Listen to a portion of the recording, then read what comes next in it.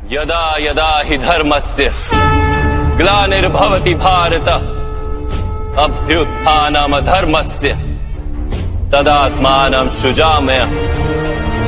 देवभूमि कहे जाने वाले उत्तराखंड का रंग रूप बदल रहा है।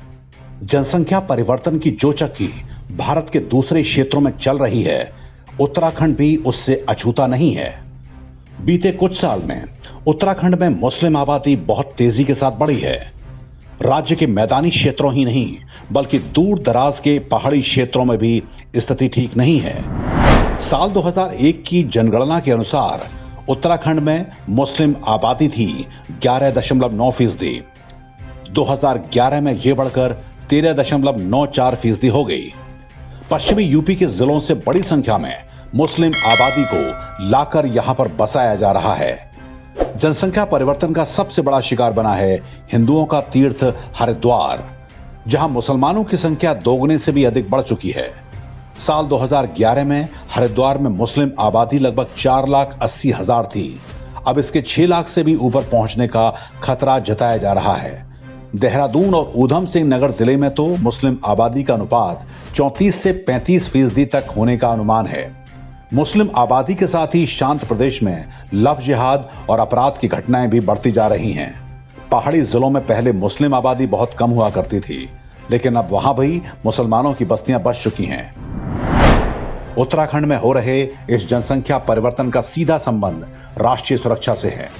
इसमें कोई संदेह नहीं कि यह एक सोचे समझे षड्यंत्र के तहत हो रहा है।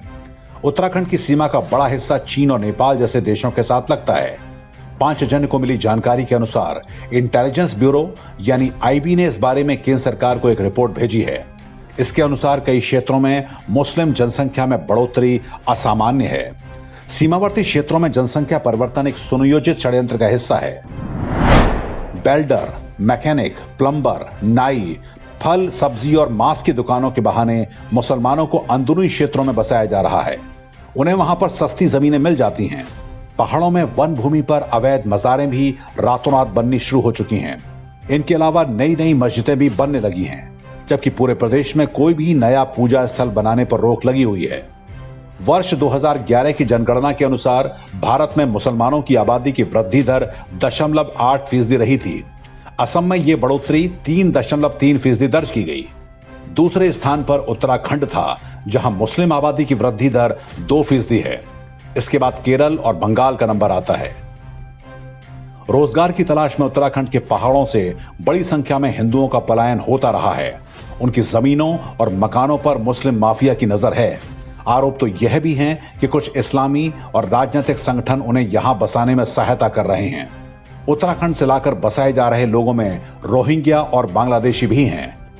वोट बैंक की राजनीति के तहत उनके आधार कार्ड भी बन रहे हैं और उनके नाम मतदाता सूची में भी जोड़े जा रहे हैं। उत्तराखंड की इस नाजुक स्थिति के पीछे कांग्रेस की पिछली हरीश रावत सरकार का बड़ा योगदान माना जाता है। उनके समय ही गुपचुप तरीके से बड़ी संख्या में मुस्लिम आबादी को यहां पर बसाया गया और उनके नाम वोटर लिस्ट में जोड़ दिए गए। भाजपा की सरकार आने के बाद जनसंख्या परिवर्तन पर कुछ हद तक रोक लगी, लेकिन तब तक स्थिति बहुत बिगड़ चुकी थी। अब भी इस दिशा में बहुत कुछ किए जाने की आवश्यकता है। कानून की कमियों की आड़ लेकर आबादी बढ़ाने का अब भी काम जारी है। उत्तराखंड की अपनी एक अलग सांस्कृतिक और धार्मिक पहचान है। इसके साथ किसी भी खिलवाड़ की अनुमति नहीं दी जा सकती।